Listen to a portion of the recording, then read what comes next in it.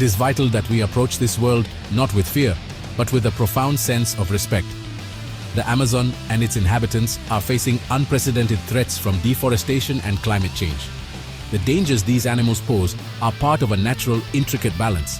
They are not malicious, they are simply living as nature intended. By protecting their habitat, we are not just saving individual species, we are preserving the health of an ecosystem that is crucial for the entire planet. These creatures are a vital part of what makes the Amazon so wild, so mysterious, and so incredibly alive.